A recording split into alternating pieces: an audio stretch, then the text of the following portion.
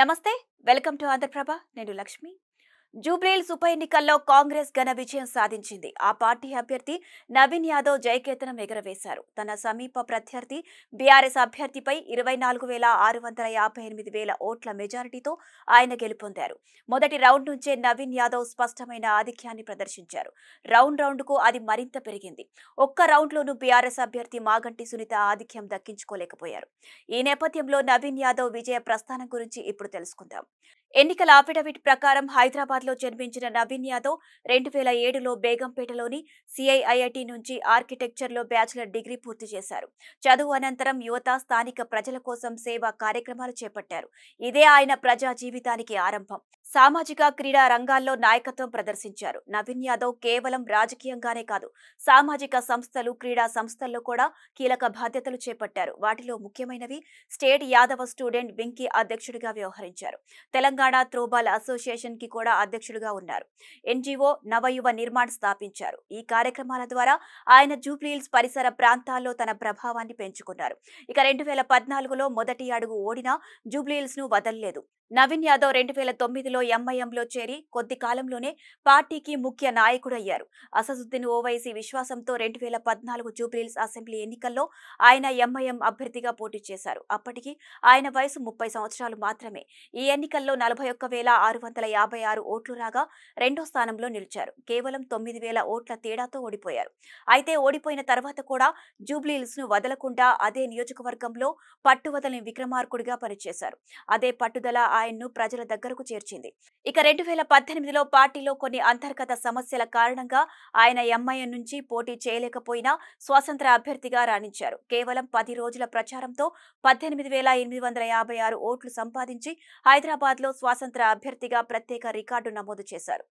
ఇక 2018లో పార్టీలో కొన్ని అంతర్గత సమస్యల కారణంగా ఆయన ఎంఐఎం నుంచి పోటీ చేయలేకపోయినా స్వతంత్ర అభ్యర్థిగా రాణించారు. కేవలం 10 రోజుల ప్రచారంతో 18,856 ఓట్లు సంపాదించి హైదరాబాద్లో స్వతంత్ర అభ్యర్థిగా రికార్డు సృష్టించారు. ఈ ఫలితాలు కూడా ఆయనకు జూబ్లీహిల్స్లో ఉన్న బలమైన పట్టు, ప్రజాదరణను స్పష్టం చేశాయి. ఇక తర్వాత 2023లో నవీన్ యాదవ్ కాంగ్రెస్ లో చేరి జూబ్లీహిల్స్ నియోజకవర్గ ఎన్నికల ఇన్ఛార్జిగా పనిచేశారు. 2014 నుంచి ఓటములు ఎదురైనా ఒక్కరోజు కూడా ఆయన జూబ్లీహిల్స్ ను వదలలేదు. అదే నిరంతర కృషి, ప్రజలతో సంబంధాలు, సామాజిక సేవ ఇవి ఆయన్ను తిరిగి బలమైన నాయకుడిగా నిలబెట్టాయి. జూబ్లీహిల్స్ పై నమ్మకం, పట్టుదల, ప్రజల కోసం చేసిన నిరంతర పని ఇవే ఆయన విజయం వెనుకున్న అసలు కారణాలు. ఇక ఈ నేపథ్యంలో నవీన్ యాదవ్ గురించి ఆసక్తికర విశేషాలు మీకోసం. జూబ్లీహిల్స్ ఉప ఎన్నికల్లో కాంగ్రెస్ పార్టీ అభ్యర్థిగా బరిలోకి దిగిన నవీన్ యాదవ్ విజయం సాధించారు. ఈసారి పట్టుబట్టి మరీ కాంగ్రెస్ టికెట్ సాధించుకున్న ఆయన ఎమ్మెల్యేగా గెలిచి అసెంబ్లీలో అడుగుపెట్టబోతున్నారు. ఈ దశలో జూబ్లీహిల్స్ కాంగ్రెస్ అభ్యర్థిగా బొంతు రామ్మోహన్ పోటీ చేస్తారని ప్రచారం జరిగింది.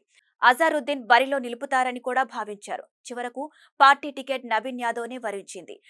రౌడీ షీటర్ను కాంగ్రెస్ పార్టీ అభ్యర్థిగా ప్రకటించిందంటూ ప్రధాన ప్రతిపక్షమైన బీఆర్ఎస్ పార్టీ ఆరోపణలు గుప్పించినా సరే కాంగ్రెస్ పార్టీ నిర్ణయం మారలేదు. రేవంత్ రెడ్డి సపోర్ట్తో నవీన్ యాదవ్ బరిలో నిలిచి గెలిచారు. ఇక వాస్తవానికి నవీన్ యాదవ్ ఫ్యామిలీకి జూబ్లీహిల్స్ నియోజకవర్గంలో గట్టి పట్టు ఉంది. ఆయన తండ్రి చిన్న శ్రీశైలం యాదవ్ కాంగ్రెస్ పార్టీలో పేరున్న నేత.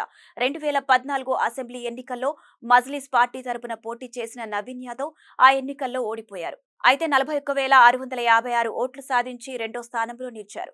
2018 ఎన్నికల్లో ఇండిపెండెంట్ గా బరిలోకి దిగిన నవీన్ 18,817 ఓట్లు సాధించారు.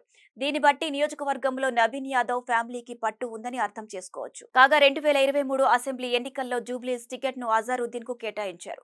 ఆయన ఆహ్వానంతో నవీన్ యాదవ్ కాంగ్రెస్ పార్టీలో చేరారు. అయితే 2014 నుంచి నియోజకవర్గంలో గెలుస్తూ వచ్చిన మాగంటి గోపీనాథ్ 2023లోనూ గెలిచి హ్యాట్రిక్ కొట్టారు.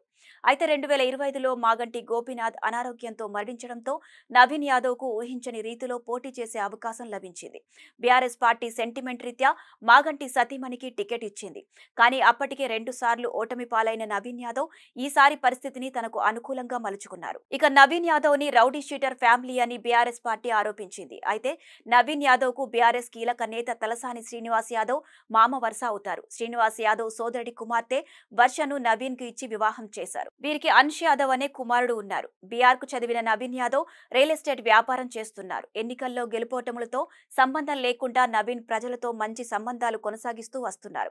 సేవా కార్యక్రమాలు నిర్వహిస్తూ తనకంటూ సొంతంగా ఓటు బ్యాంకును కూడబెట్టుకున్నారు. అయితే 2025 ఉప ఎన్నికల సమయంలో సమర్పించిన అఫిడవిట్ ప్రకారం నవీన్ యాదవ్ పై జూబ్లీహిల్స్ పరిధిలో 2021లో కేసులు నమోదయ్యాయి. 2025 ఉప ఎన్నిక సమయంలో ఓటర్లను ప్రలోభపరిచే ప్రయత్నం చేశారనే ఆరోపణలతో ఆయనపై మధురానగర్ పోలీస్ స్టేషన్లో కేసు నమోదైంది. కాగా 2025 ఉప ఎన్నికల సమయంలో సమర్పించిన అఫిడవిట్ ప్రకారం నవీన్ యాదవ్ వద్ద 11 తులాల బంగారు ఆభరణాలు ఉండగా ఆయన భార్య వద్ద 2 కిలోల బంగారు ఆభరణాలు, 15 కిలోల వెండి ఉంది. వారి కుమారుడి పేరిట 15 తులాల బంగారం ఉంది. మొత్తంగా నవీన్ యాదవ్ పేరిట ఉన్న చరాస్తుల విలువ 63.87 లక్షలు కాగా ఆయన భార్య పేరిట 2.49 కోట్ల విలువైన చరాస్తులు ఉన్నాయి.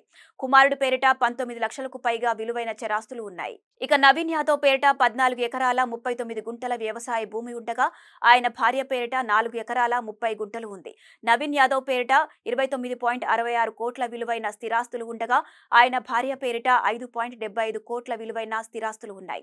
అదే సమయంలో నవీన్ యాదవ్ పేరిట 75 లక్షల మేర రుణాలు ఉన్నాయి.